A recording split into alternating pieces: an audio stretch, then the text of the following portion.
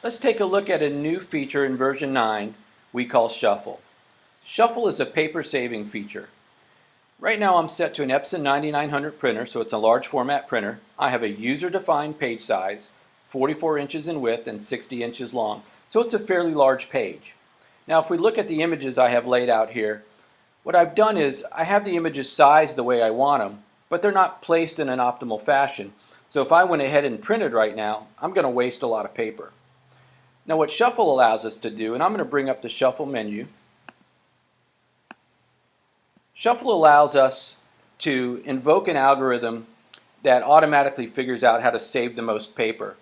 And we have two paper saving decisions to make. We can save the maximum amount by placing images adjacent to one another, or we can optimize for cutting, which places them in the best way to have a straight cut path so we don't have to zigzag around images. We can also invoke rotations, which further then allows us to save more paper. And we can control the space between each image. I'm going to leave it on adjacent placement because I want to save the most paper possible, and I'm going to turn on rotations. And I'm going to go ahead and say OK. What Shuffle does is it just keeps running out there. And you can see by this wheel spinning here that as Shuffle's running, it's constantly trying to figure out how to save the most paper based on the sizes of these images.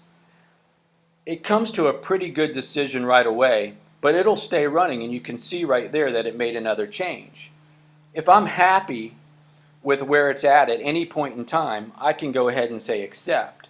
I'm pretty happy with this. I've saved a lot of paper, so I'm going to say accept, and now I'm ready to print this job, and I've saved all that additional paper. And that's how Shuffle works in version 9.